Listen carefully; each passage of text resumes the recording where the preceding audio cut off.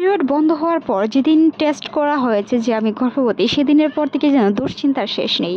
দিন দিন দুশ্চিন্তা বেড়ে যাচ্ছে, দুশ্চিন্তা করতে করতে মনে হয় হাঁপিয়ে যাচ্ছি। রোগের সাথে কখনো পরিচয় ছিল না, সেই রোগগুলো যেন দিন দিন বেড়েই চলেছে। নিজের স্বস্তিত্ব, নিজের ক্লান্ততা যেন দিন দিন বেড়েই চলেছে। তথা অবস্থার একদম শুরু থেকে শেষ পর্যন্ত কিছু সময় আছে যেটিতে স্বস্তিত্ব পাওয়া যায়। এই গর্ভবতী মহিলাদের কিছু মাস রয়েছে যেটিতে বিপদ চিহ্নতা অনেকটাই বেশি থাকেন। বিশেষজ্ঞরা বলে থাকেন গর্ভবতী মহিলাদের প্রথম 3 মাস খুবই বিপজ্জনক, কারণ প্রথম 3 মাসে গর্ভপাতের সম্ভাবনা প্রায় 70%-এরও বেশি। তাই গর্ভবতী মহিলাদেরকে সেই সময় সতর্কতা থাকার পরামর্শ দিয়ে থাকেন বিশেষজ্ঞরা, কারণ সেই সময় গর্ভপাতের সম্ভাবনা খুবই বেশি।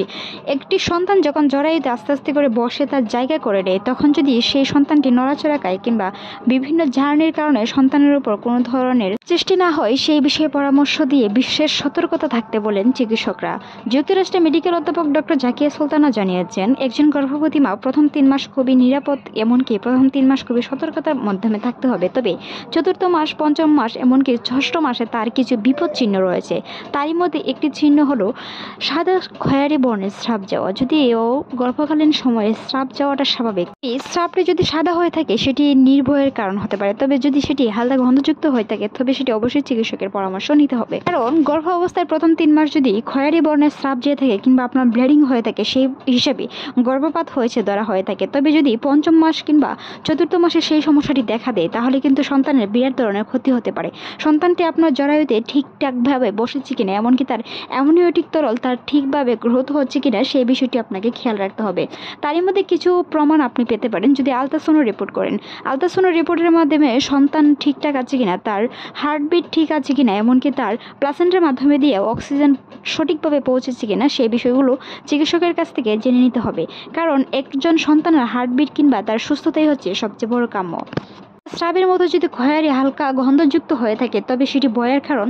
পঞ্চম কিংবা ষষ্ঠ মাসে সেই কারণগুলো বেশিরভাগ সময় হয়ে থাকে। তবে প্রথম 3 মাস যখন আপনার কোনো কিছু খাবারের প্রতি অনীহা ছিল, বমি বমি ভাব ছিল, তবে চতুর্থ মাস থেকে সেটি হালকা পরিমাণে কমে আসবে, যেটি আপনার গর্ভাবস্থায় প্রায় শেষের দিকে আবার হতে পারে।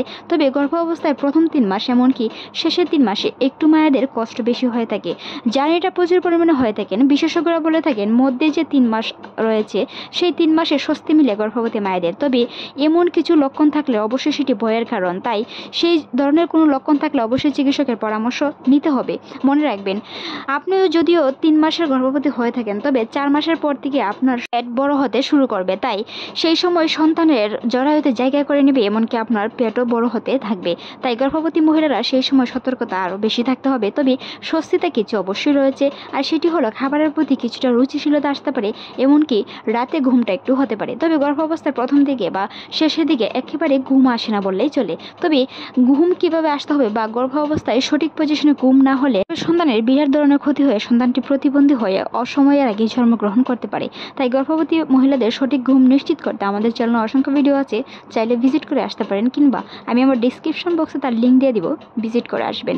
গর্ভাবস্থার শুরু থেকে হালকা গড়ের টুকটাক কাজে অ্যাক্টিভ থাকতে হবে, হাঁটাচলা করতে হবে, বাড়ি হয়ে থাকবে না, শুয়ে বসে বেশিক্ষণ থাকবে না। হাঁটাহাঁটি করার কারণে সন্তানের মাথার নিচ দিকে এসে নর্মাল ডেলিভারিতে অনেকটাই সহায়তা হয়ে থাকে। তো কিছু খাবারের প্রতি গর্ভবতী মহিলাদের নজর দিতে হবে যেন নর্মাল ডেলিভারিতে অনেকটা সহায়তা করে, এমনকি আপনার রক্তের গ্লোবিনও ঠিক থাকে। এর সাথে প্রচুর পরিমাণে পানি পান করতে হবে। পানি পান করার কারণে একটি সন্তানের গ্রোথ ঠিক থাকে, তার স্বাস্থ্য বেড়ে ওঠে, এমনকি সন্তান খুবই দ্রুত ওজন বাড়ে। একজন গর্ভবতী মহিলার অন্ততপক্ষে 8 থেকে 10 গ্লাস পানি পান করতে হবে। প্রচুর পরিমাণে ফল খেতে হবে। তারই মধ্যে উল্লেখযোগ্য কিছু ফল হলো ভিটামিন সি। ভিটামিন সি যে ফলে রয়েছে সেই ফলগুলো গ্রহণ করতে পারেন। খেজুর খেতে পারেন, টক দই খেতে পারেন। টক দই রয়েছে প্রচুর পরিমাণ অ্যান্টিঅক্সিডেন্ট, যেটি আপনার হজম শক্তিতে অনেক সহায়তা করে। গর্ভাবস্থার শুরু থেকে শেষ পর্যন্ত অনেক রোগের শেষ নেই, তবে কিছু কিছু রোগের মধ্যে একটি হলো ব্যথা। তলপেটে ব্যথা বা কারো কারোর ক্ষেত্রে সেটি কোমরে ব্যথা হতে পারে। যদি প্রচণ্ড পরিমাণে ব্যথা হয়ে থাকে, সেই সাথে গন্ধযুক্ত সাদা বা লাল স্রাব যেয়ে থাকে, সেই ক্ষেত্রে চিকিৎসকের পরামর্শ নিতে হবে। তবে যদি কোনো ধরনের স্রাব না যেয়ে থাকে, তবে প্রচুর পরিমাণে ব্যথা থাকে, সেই ক্ষেত্রে হালকা গরম পানি পট করে ছেঁক নিতে পারেন। তবে সেটি যেন অতিরিক্ত না হয়, 2 মিনিট কিংবা তার কম সময় ধরে ছেঁকটি নিতে পারেন যেন ব্যথা থেকে কিছুটা নিরাময় পান। তবে প্রচুর পরিমাণে পানি পান করুন। গর্ভাবস্থায় ঠান্ডা পানি এড়িয়ে চলতে হবে। দরকার পড়লে হালকা কুসুম গরম পানি পান করুন, তবে পানি ব্যবহার করার চেষ্টা করুন। বেশি গর্ভাবস্থায় নিয়মিত গোসল করার চেষ্টা করুন, এমনকি পরিষ্কার পরিচ্ছন্ন থাকুন। পরিষ্কার পরিচ্ছন্নতা একটি সুস্থ শিশুর লক্ষণ, সুস্থ মায়ের লক্ষণ। সুস্থ মা, সুস্থ সন্তান। আসার পর থেকেই গর্ভবতীর পেট আস্তে আস্তে বড় হতে থাকবে। এটি নিয়ে দুশ্চিন্তার কোনো কারণ নেই। কারো কারো ক্ষেত্রে সেটি আরও অনেক আগেই হতে পারে, কারো কারো ক্ষেত্রে সেটি দেরিতেও হতে পারে। তবে মনে রাখবেন, শিশুর ওজন দ্রুত বাড়াতে অবশ্যই গর্ভবতী মহিলাদের প্রচুর পরিমাণে খাদ্য গ্রহণ করতে হবে। না খেয়ে থাকবেন না। না খাওয়ার কারণে শিশুর প্লাসেন্টার মাধ্যমে দিয়ে খাবার প্রবেশ না করে শিশুর ওজন কমে যেতে পারে, যেটি সময়ের আগে জন্মগ্রহণ করে আপনার শিশুটি বিরাট ধরনের ক্ষতিগ্রস্ত হতে পারে। তাই গর্ভবতী মহিলাদের সেই বিষয়গুলো অবশ্যই খেয়াল রাখতে হবে। গর্ভকালীন সময়ে জানা এবং বোঝার শেষ নেই, নিয়মের শেষ নেই। তবে গর্ভবতী মহিলাদের শেষ যে নিয়মটি সেটি হলো নিজের প্রতি খেয়াল রাখা। কোনো ধরনের ভারী কাজ করা যাবে না, এমনকি বাড়ি কাজ করা থেকে অবশ্যই বিরত থাকতে হবে। ফ্যামিলির সবার সাথে হাসি খুশি কথা বলুন। আপনার বংশগত রোগ থাকলে আপনার চিকিৎসকের সাথে কথা বলুন, যেন আপনার বংশগত কোনো রোগ নিয়ে শিশু জন্মগ্রহণ না করে। ভালো থাকুন, সুস্থ থাকুন। আজকের এই ভিডিওটি এই পর্যন্তই। ভালো লাগলে আমাদের চ্যানেলটি সাবস্ক্রাইব করার অনুরোধ রইল। সেই সাথে আপনার মূল্যবান মতামত জানাতে অবশ্যই ভুলবেন না। চেক আপ করুন, আলট্রাসাউন্ড রিপোর্টের মাধ্যমে জানুন সুস্থ আছে কিনা। নিজে ভালো থাকুন, সুস্থ থাকুন। রাধিকা টিপসের সাথেই থাকুন। ধন্যবাদ।